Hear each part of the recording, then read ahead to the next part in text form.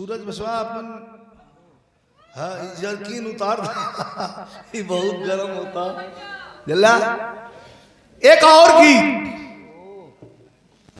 और अछूता गीत, जहां न पहुंचे रवि वहां तक पहुंचे कभी। 25 मिनट में इस गीत को सुनिएगा। और संजोग से रामायण का यह वह भाग है जो अछूता रह गया, जिसको कभी किसी ने छुआ नहीं।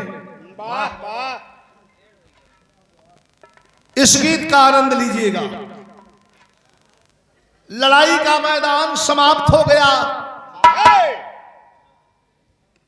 लंका पर विजय श्री हासिल हो गई। नल नील जामवंत अंगद हनुमान सबको बुला करके और बंदरी सेना बैठ गई एक शिला पर। शिला मतलब शिलापट पर, एक पत्थर पर भगवान राम बैठ गए, जानकी जी बैठ गई, लक्ष्मण जी खड़े हैं बगल में और हाथ जोड़ करके यही लोगों से कह रहे हैं कि आप लोगों ने हमारी बहुत मदद किया। कहते कहते तीनों लोग के मालिक के आंखों में आंसू चलने लगे।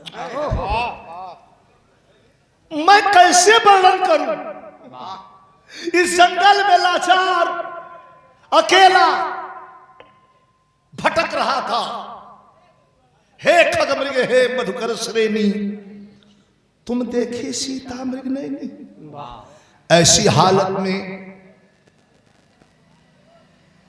हनुमान जी नल नील जामवंत अंगद जैसे लोगों ने मोर्चा संभाला और लंकापति रावण जो तीनों लोक पर विजय श्री हासिल करने वाला था और किया था, शनि महाराज के लपेट के बांध दिया रहा वही लंका का तकला है। और तो फिर उस लंकापति रावण से लड़ाई करने के लिए भालू बंदर की सेना लेके चढ़ा और आप लोगों ने मेरी मदद किया और मैं विजय श्री पाला, अपनी इज्जत को वापस लौटा लिया। अब हे मित्रों, आप लोगों को छुट्टी देता हूं, अपने अपने घर को जाइए। सब टुकुर टुकुर ताकत आए भैया। एक बात बताई, बाहर प्रयागराज मेहमान नवाजी का मतलब, मेहमान के आवे का खातिरदारी का मतलब काबा। मेहमान के आवे, मेहमान के आईने में जितना खुशी होवे ओका विदा करा लगा तो उतना दुखी हो जाता। तब तो मेहमान नवाजी आजकल टाइम टू टाइम 4 आदमी आ गए ना द्वारे, तो आदमी को देख के देहा से लग जाइए ले में काम धंधा बात तो नहीं है का भैया। खत्म हो रही है हमारी सभ्यता, लेकिन हम ले चल रहे हैं। छा गया था प्रलय उस महाजंग में, याद दिलाता हूं, छा गया था प्रलय उस महाजंग में, बच गया था समर भूमि में युद्ध डंका। विरहा का लेखक जो कभी फिल्मों में भी लिखते हैं, इथे सुनला आप लोग राकेश गुणराजा जान मारल मलिया में हंस के। एक रहे दिलवा ले गई ना राजा बोतल में भर के, ना पता ससुर आटल कैसे उनमें। कल्पना है कवि, बड़े भाई प्यारेलाल कवि जी की लिखी हुई गीत है। उठाए बलम जी तनी ढिबरी जलावा, हमारे चलिया में न पता कनका घुस बाबा। इनकी लिखी हुई है विरहा। छा गया था प्रलय उस महाजंग में, बच गया था समर भूमि में युद्ध डंका। हो गया धाराशाही जब लंकेश धर, खाक में मिल गई उसकी सोने की लंका। देखती है मंदोदर नगर घूमकर, देखती है मंदोदर नगर घूमकर, मर गए हैं यहाँ कोटनो वीर बंका। लाश ही लाश दर दर दिखाने लगी, दर्द दिल में जलाने लगी एक शंका। रानी मंदोदर, आप लोग कल्पना करें, कलाकार वाकई कोई बहुत बड़ा नहीं होता, फिनिशिंग जरूर होती है, सफाई। भैया भैया आस्ते आस्ते देखा, मन करत हो जाएगा तो चल जा, तकलीफ मिलता।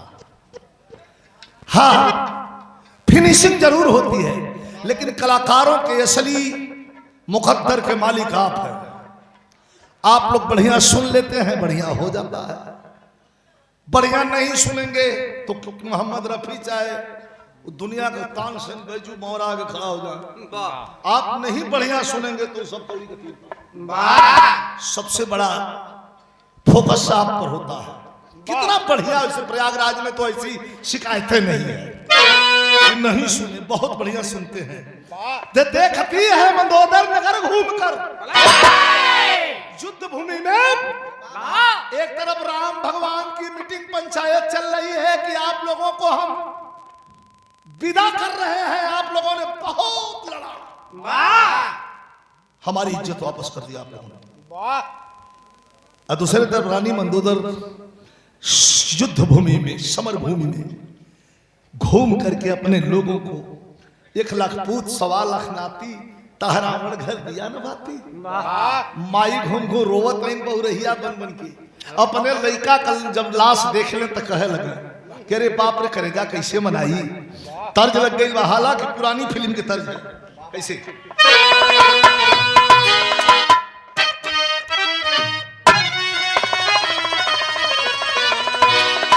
गीत बाकी अगर तेरी कि अगर तेरी मुहब्बत का सहारा मिल गया होता,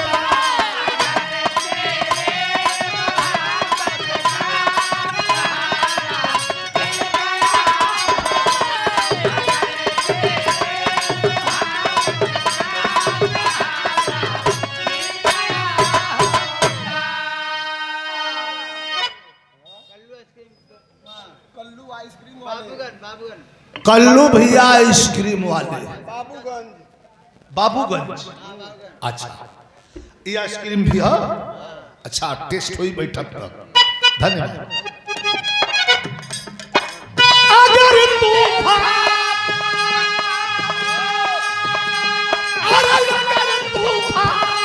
नहीं आता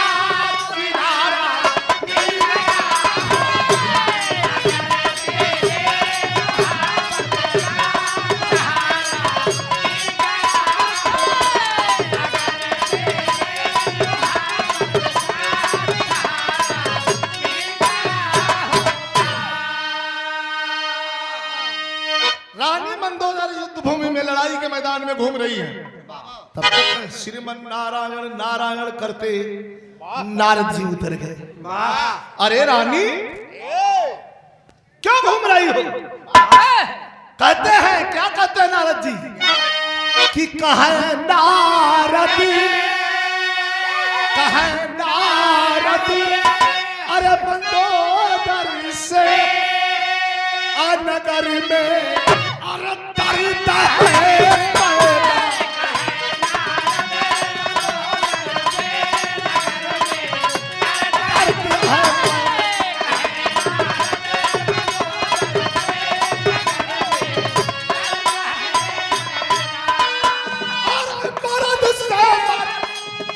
देखा कैसे कर्म करता है नारद जी। अरे मर्द से मर्द लड़ता है, अरे मर्द से मर्द लड़ता है, मर्द से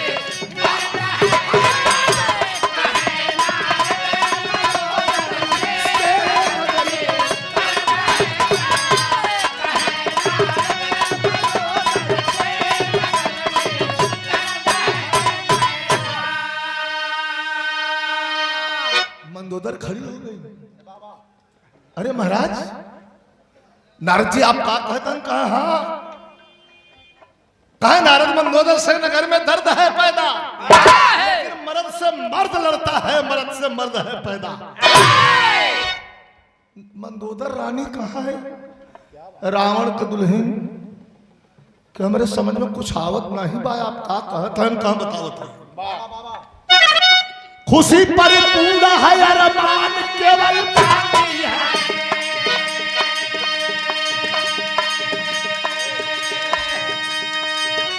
इशारा कर रहे हैं हमें दुख है। क्या दुख है? हुई लंका विनाश दिन बड़ा शर्मिंदा है। नारद मंदोदर होती बड़ी निंदा है। अरे महाराज, हमार पूरा परिवार जब खत्म होएगा बा ते में निंदा हो जाए कुछ का ना ना ना ना ना ना, यह तो बात बा। तुम सोचते हो कि पूरे लोग मर गए, मगर मिट्टी मिट्टी नहीं है अभी लंका की। छिपी है जिंदगी 14 वर्ष लंका की।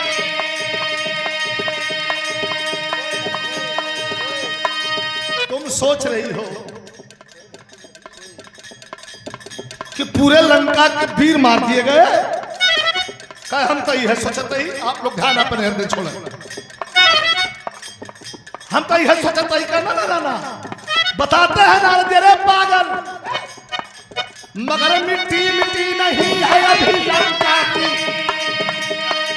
मगर मिट्टी मिट्टी नहीं है अभी लंका की। छिपी है जिंदगी 14 वर्ष लंका की। एक मिनट का कहते हैं आप? का 14 अमर नौजवान तुम्हारे लंका की धरती पर आज भी जीवित हैं, और जब तुम्हारा आदेश पा जाएंगे तो यह ब्रह्मांड में उन्हें कोई नहीं रोक सकता।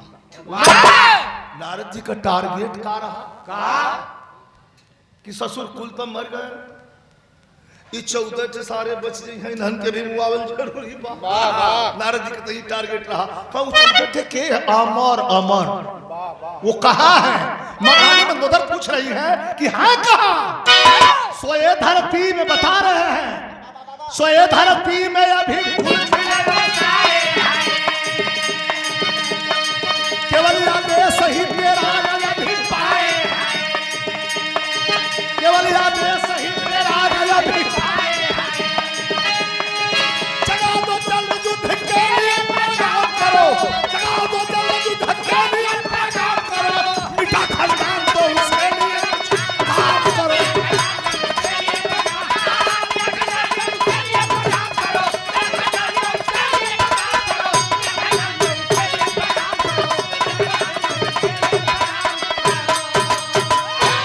सोए धरती में अभी गुल खिले अलसाए,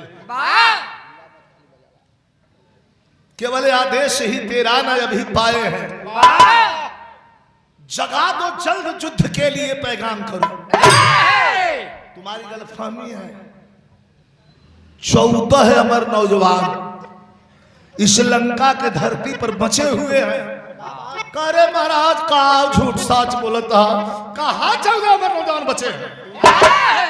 लिया करके पकड़ करके मंदोदर रानी को ले जाते हैं और एक छोटी पहाड़ी के पास कहते हैं कि रानी, इसी पहाड़ी में वो 14 सोए हुए हैं। श्राप, ब्रह्मा जी का श्राप है कि जिस दिन लंका फतह होगी सारे लोग मार दिए जाएंगे, तुम 14 अमर नौजवानों को आवाज दिया जाएगा, खड़े हो जाओगे और लड़ाई लड़ोगे।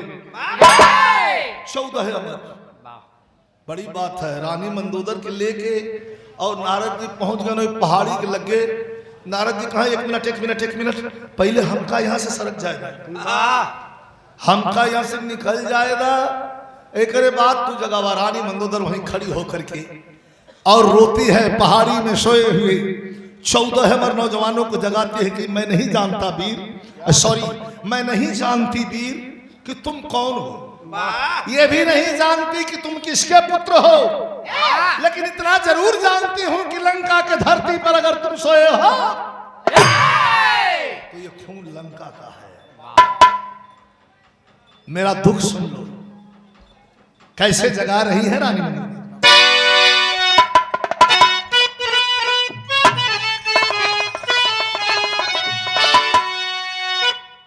बड़ी सुंदर गीत कल्पना पटवारी के गावल गीत बात सुपर डुपर हिट रहल। कैसे सुहाग रात के रात में कोनो दुल्हन अपने दुल्हा से कहे कि ऐसे जन चाहे छूछा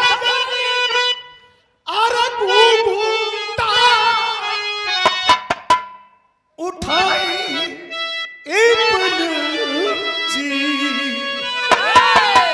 अरे तो कुछ चीना मुँह दे खाइए जी। थोड़ा रास्ता छोड़ दल जा आप लोग, तमाम जगह एर हो जा और अंदर हो जा। 14 अमर नौजवान को वो आगे दिखाया। हाँ ताकत हर घूम जाए तो एक आदमी के ले बात तुरंत।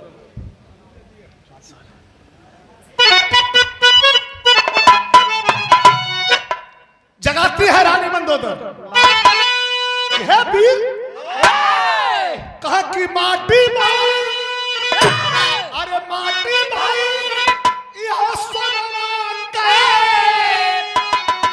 नगरिया जागा पिरवा हो,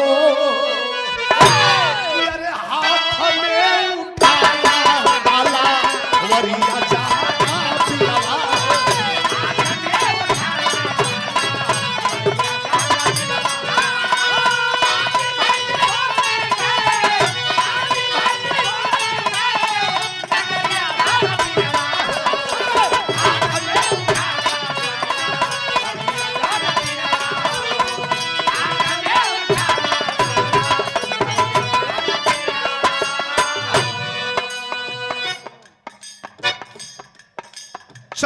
नौजवान जब सुनलन तो का कही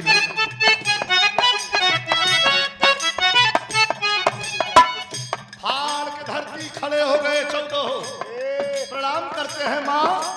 क्यों रो रही है आप? हम लोग के रहते रो रही है, दिखावत है रो रही है मंदोदर। क्या कहली कि अरे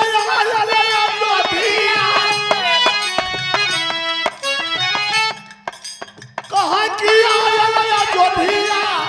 से छोटा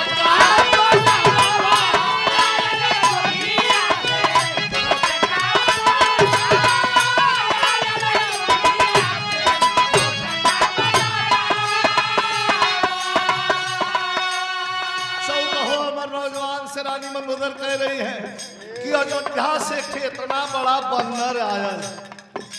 इतना बड़ा बंदर कहा जब मन हो तब ओकर आकार बड़ा हो जाए छोटा हो जाए, सूक्ष्म रूप भी बना ले और विशाल पहाड़ का भी रूप धारण कर ले। कब बंदर का कैला जो दिया से छोटा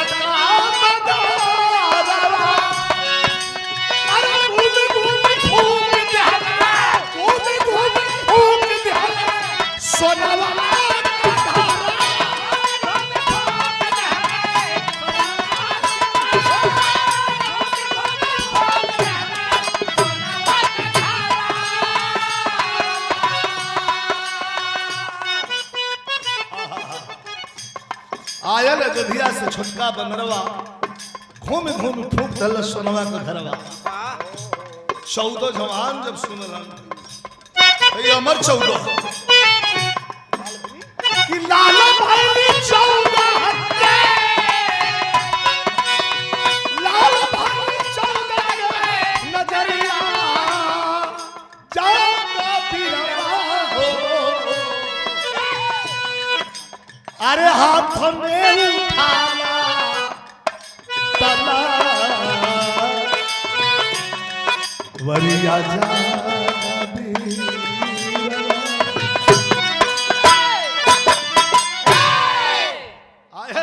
से छोटका बनरवा घूम घूम के फूक दिया से सोनवा के घरवा। 14 अमर नौजवान कहते हैं माँ रुको, इस आंसू को पोंछ लो माँ, तेरे एक एक आंसू का बदला हम 14 अमर नौजवान लेंगे। ये बचवा कैसे कहां वस्तु देखत रहा, पत्र लिख करके और रामादल में तैयारी होता कि भैया तू जा, ये भैया तू जा, ये भैया तू जा, सब बड़ा मेहनत किया भैया, लेकिन तब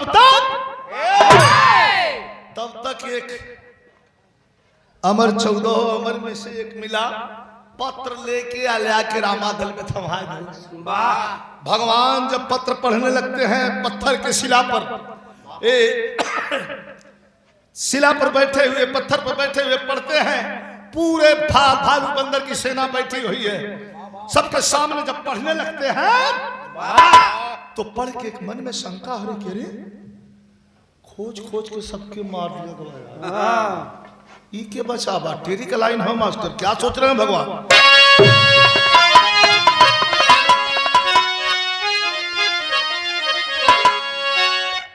कहा लंका में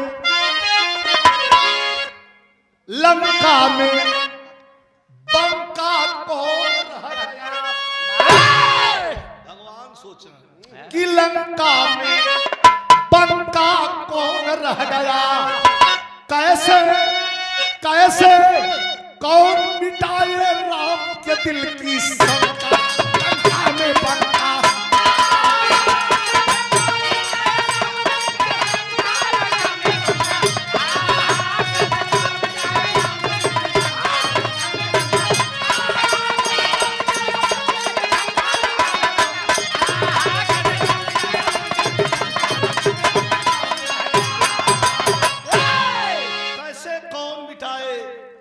राम के दिल की शंका, लंका में बंका कौन रह गया।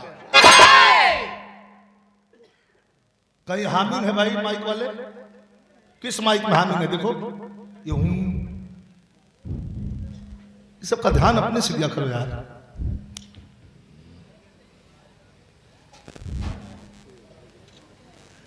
आदरणीय हमारे भैया श्री पप्पू यादव जी बिरभानपुर से, भैया के द्वारा ये पुरस्कार देके सम्मान बढ़ाया गया, बहुत बहुत प्रणाम, आप सब भैया के प्रणाम।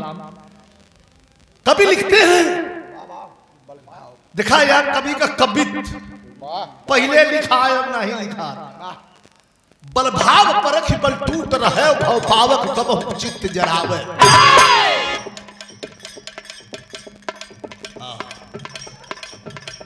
बल भाव परख बल टूट रहा भय पावक कब चित्त जरावे। को हाथ विजय दिल छाड़ दियो, को बातन बातन मां डरवाओ, को संग में लीन सुमंग रह, को दंत तले तर्जनी दबावे। है राम जुटा दल पूछ रहे है, को अमर तो हाथ उठावे। सबको बुला लेते हैं और भगवान कहते हैं भाई आप सबके हम छोड़े के तैयार रहे, लेकिन अब न छोड़ो। लड़ाई अभी बची बात, भालू बंदर बच्चा बची बात, कैसन लड़ाई कहाँ बची बात। भगवान कह रहे हैं कोई अमर हो अगर तो वही लड़ सकता है, क्योंकि 14 अमर नौजवानों का पत्र आया है कोई अमर तो हाथ उठा दे भाई। पूरा लोग बैठे हैं, नल जामवंत अंगद से लेकर के हनुमान जी भी तमाम लोग बैठे हैं। यहाँ तर्ज लग गई, जय जिला में तय किस्म कई गीत गवाले, हालांकि पारंपरिक गीत माता बहन उनके गीत बा। कहा कि ननद फूलग नवा, भला ननद फूलग नवा के बारी हाई।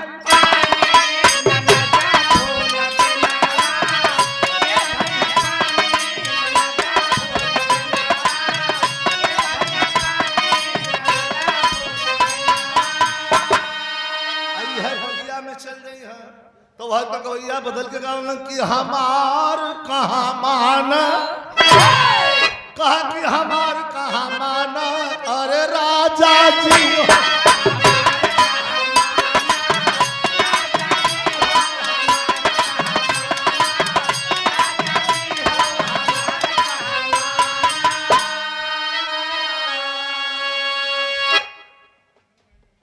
लेकिन विरहा का भाव कितना बढ़िया बा। भगवान पूछ रहे हैं कि कोई अमर है तो हाथ उठा दे भाई, 14 अमर जवानों से लड़ना है। सबके सब देख रहे हैं, लेकिन कभी कहां का अरे कहन रघुराई, भगवान बैठे हैं, कहा कि पूछे रघुराई कोई अमर हो तो बता दे। हाँ कोई अमर, सब नीचे गिर बा। दूठे बंदर लेके हनुमान जी दूर बैठा रहे। बनरवा कहे कि अरे आप अमर हुआ हनुमान जी कहा हमके नहीं खियाल बा, उनके खियाल धरावे समुद्र जाकर तरहल तो जामवंत जी कहा रे यार हनुमान हमके भरोसा तू डाक बस एक कप चपले उतर गया। लेकिन पूछल कि कहल रघुराई, अब छुट्टी ना बात कहल रघुराई, अरे छिड़िया लड़ैया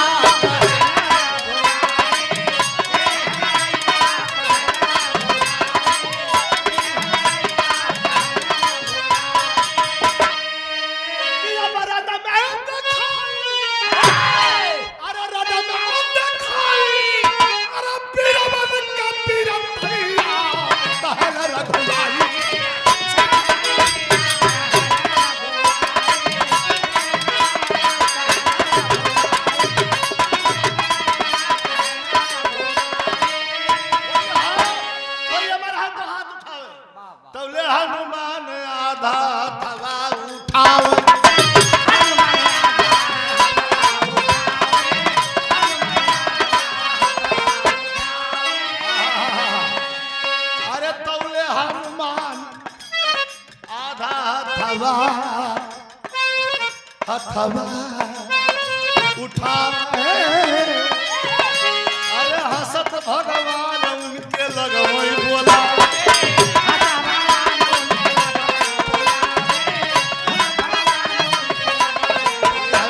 हनुमाने काहे आधा हाथ उठाओ यहाँ काहे बदे आधा हाथ देहला उठाई।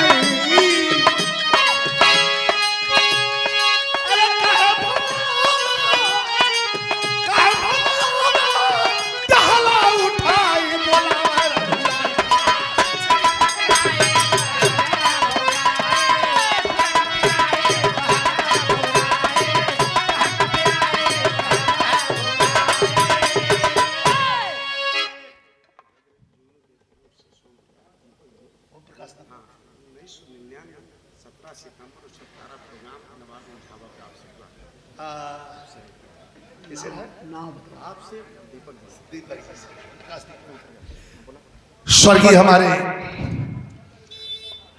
ओम प्रकाश दीपक जी हैदर भाई के, स्वर्गीय हैदर भाई के परम शिष्य हमारे साथ कार्यक्रम भी हुआ है, भैया ख्याल धरा रहे हैं। 17 सितंबर 1999। अरे मतलब ख्याल धराओ तो हम ढेर दिन का यार। ये देखा एक शब्द बहुत बहुत धन्यवाद, नमस्कार प्रणाम। यही से हम बताइला भैया याद धरा जे 17 सितंबर 1999, 27 वर्ष पहले 27 वर्ष पहले कहा हनुमान यहाँ हनुमान जी कहा भैया ये आधा हथवा काहे उठाया है। हनुमान जी कहा का बताइए प्रभु बता दे, कहा कि लगल छल्ला बेटा बाबा बता दे प्रभु कहा बतावा। यही बदे आधा हाथ अरे देहली उठाई। काहे बदे काहे उठौला का आधा आशीर्वाद गई जननी का।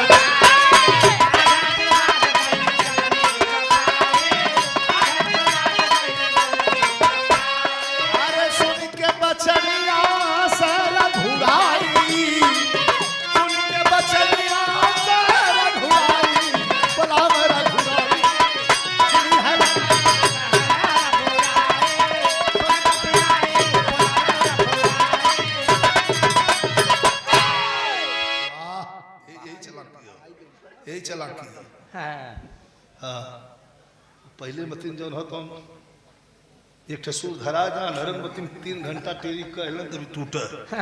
ये चला जब जैसन तब तैसन न बुझत मरद छट मारा पट आवा लड़वैया खाड़े में उतरब बांध के लंगोटा तब अंदाजे न छट ने पटक के खाली हो कहता आधा आशीर्वाद माता जी का मिला बा पिताजी का मिले नहीं बा। भगवान हसल में कहना का बकत हुआ कहाँ काहे जब अशोक वाटिका में माता का खबर ले आपका मुद्रिका निशानी धीरे धीरे भैया भैया धीरे धीरे आस्ते आस्ते बतियाओ यहाँ तक आवाज में आपका मुद्रिका निशानी लेके हम गए रहे लंका में अशोक वाटिका में तो हमें बड़ी कस के भूख लगी रही। हम कहे माता जी बड़ी कस के भूख लगी बा कहाँ के रोका वाला बा तमाम कंदमूल फल से लदा बा पूरा वृक्ष जाके खा कहे अरे बड़ा मोटा मोटा कुल राक्षस लौकत हमन माई अरे जाओ तू अमर हुआ तुहे कैसे दई माता जी बताए दे इनकी अमर है आप तो कभी बताओ नहीं। भगवान हंसा लगना सुन बात कपी की रघुराई अब यपिराया से वीर रचना शुरू हो गई। सुन बात कपी की रघुराई विपदा में तनिक ना देर किए कर कृपा कपी के मस्तक पर है कर में परमेश्वर कर फेर दिए भर अंग अंग में उमंगमय भर अंग अंग में उमंगमय बजरंग कहा गम छोड़ूंगा अरे ललकदा यदा से मार मार 14 का फाटक तोड़ूंगा। सुनने में आया है कि महाभारत की लड़ाई के मैदान में वीर अभिमन्यु के लिए 7 फाटक तैयार था लेकिन आए बिरहा सुनने वाले साथियों लंका के लड़ाई में हनुमान जी के लिए पवन पुत्र हनुमान जी के लिए 14 फाटक 14 नौजवानों ने तैयार कर रखा है। एक फाटक को तोड़ के दूसरे फाटक पर पहुंच सकते हो तो भर अंग अंग में उमंग मैं बजरंग कहे गम छोड़ूंगा लड़कदा यदा से मार मार 14 का फाटक तोड़ूंगा। हो गई पीहू की रचना तब हो गई पीहू की रचना तब सब महारथी तैयार हुए समय सूत्र में पवन पुत्र गंगार चले अंगार हाथ में गदा लेकर के और भगवान के चरण में साष्टांग प्रणाम करके जय श्री राम का उद्घोष करके और वहीं से उड़े। अब देखिए पूरी लंका की लड़ाई समाप्त के बाद अब दोबारा एक पत्र पर चलते हैं। जब लेके पहुंचे हो तो वीरस का लाइन मास्टर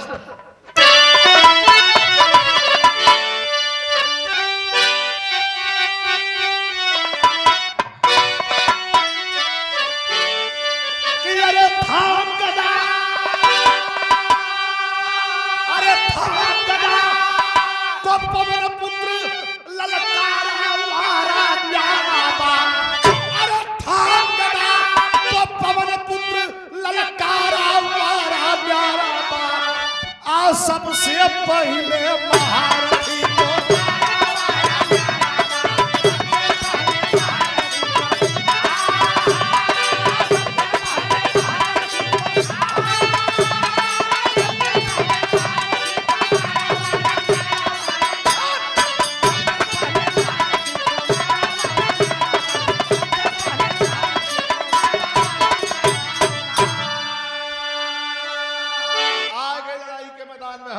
रहा 3 मिनट और जरा गौर सुनिएगा कि तोड़ा पहला फाटक दूसरा और तीसरा को मर्दाना हो तोड़ दिया 10 फाटक सबका अब बदल गया पैमाना हो। अरे पहाड़ के ऊपर अब बरसे बाण चहारा वारा न्यारा बा लेकिन गदा के आगे चला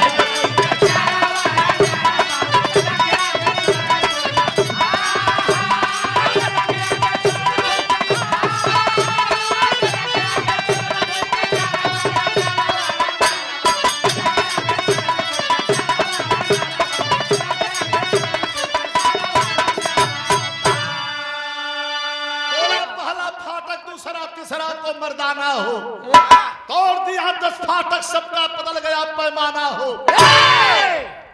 बाण के ऊपर बरसे बाण जहारा वारा नारा बा।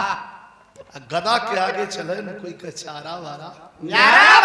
एक फाटक, दुई फाटक, 14 फाटक तोड़ के जब भीतर चले हनुमान जी जय श्री राम का नाम लेते हुए, 14 है हमारे नौजवान एकदम बौखलाहट में है। तो भाव है किसे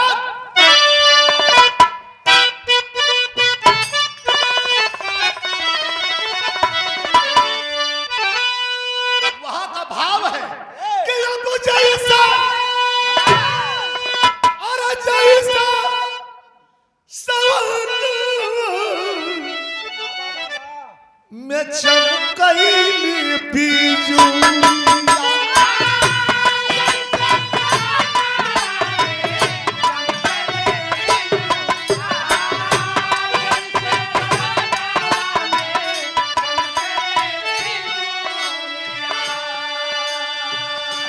जैसे रंगवा में चमके, जैसे रंगवा में चमके अरे ढाल तलवा अब बनिया में चमके जैसे मोती जैसा रत्ना वैसे रंगवा में चमके अंजनी कुमार तेरा बिहू चूर बजरंगी कही दे अरे गईले महारथी सब तन मन तौले 14 सहस्त्र मृत्यु बाण सब चलावले राम राम कही के कभी गईले समा तब से पवन देव लेके अइला परगतिया अंजनी का दूध के दवा कइला।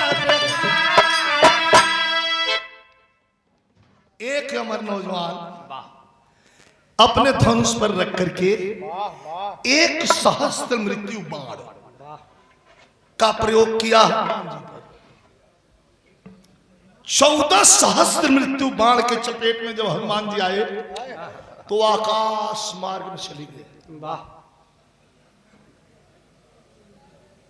अर्धमूर्छित हालत में है, गिरना चाहते हैं, धरती पर आ रहे हैं, लेकिन मन में जबान नहीं खुल रही है, लेकिन मन में जय श्री राम का नाम है। तब से पवन देव लेके आई मैं अपन रथिया आया करके हनुमान जी को रथ पर रोक लिए। आकाश मार्ग में पानी का छींटा दिए, अमृत पान करवाए, होश में इलन हनुमान जी प्रणाम किए।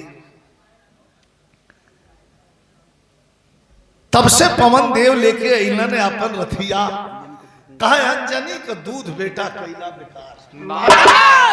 हनुमान जी उठ के खड़े हो गए, कहते हैं ये कैसे कह रहे हैं? इसलिए कह रहा है कि भगवान शिव के 11वां रुद्र रूप हो तुम, शिव का अंश है।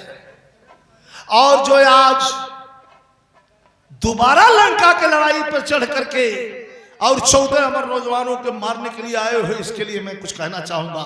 कहा कुछ भी कह लीजिए, लेकिन मैं परेशान हूं पिताजी। जितना मारत है इशारे उतना उठ खड़ा हो जाता हूं। करे कुल हमारा हुआ ना मार उ कतन हो मरबाऊ हूं ये नहीं उठ खड़े रही, लेकिन कैसे कहते हैं और ऊपर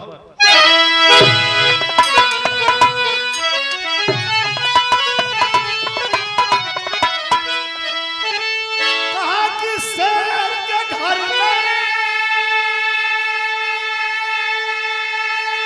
बताते हैं पवन देवता हुई है रथिये पर हनुमान जी के कहा कि शेर के घर में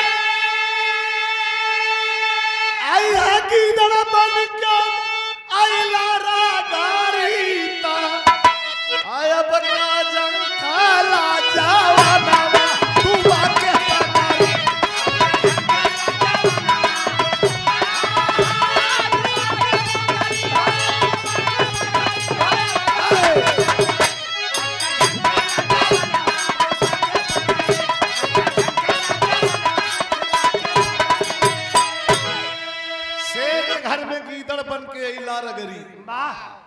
का महाराज इन्हन का उपाय करा, ये मुई है कैसे? कह जा नीचे, अंतिम अंतिम लाइन है, सुनिएगा। जा युद्ध भूमि में जाओ हनुमान, और मारो मत, ये साले मारने से नहीं मरेंगे। कहा कैसे मरी है? कहा मरबे न करी। कहा उठावा धरती से आसमान में फेंका, हम ऊपर से ऊपर इन्हन के पार्सल कह दी। अरे महाराज गजब, कहा है गजब। पवन देव हनुमान जी अभी नीचे से ऊपर एक एक करके फेंकने लगा, और ऊपर से पवन देवता तैयार। पवन देव 14 अमरों को अंबर बीच लुकाए। अरे अभी घूमते अक्कल युग में भी हम पौराण बताए, तब पौलन विजयी का खाजा डुबा के।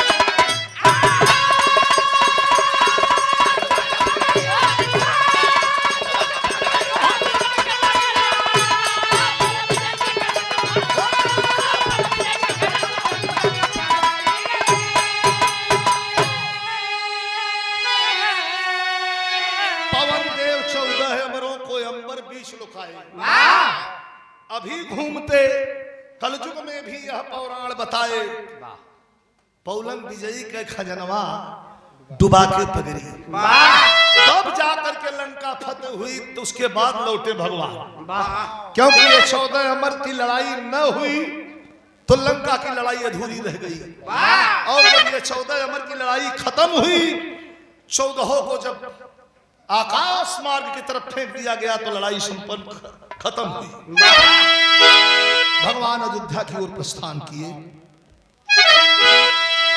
गुरु बिहारी गुरु गणेश गुरु रामलाल ललकारे, बचन कहते कवि चंद्रिका दाव से लंका में पंका कौन रह गया? विजयी विजयी प्यार लाल का बदल नगर में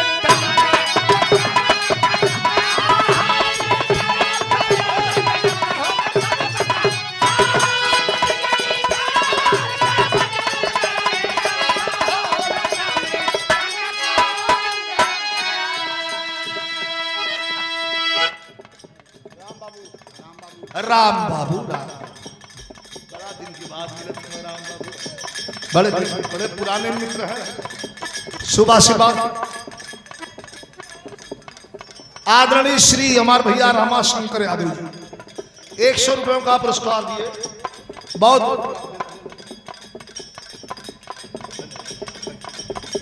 बहुत धन्यवाद।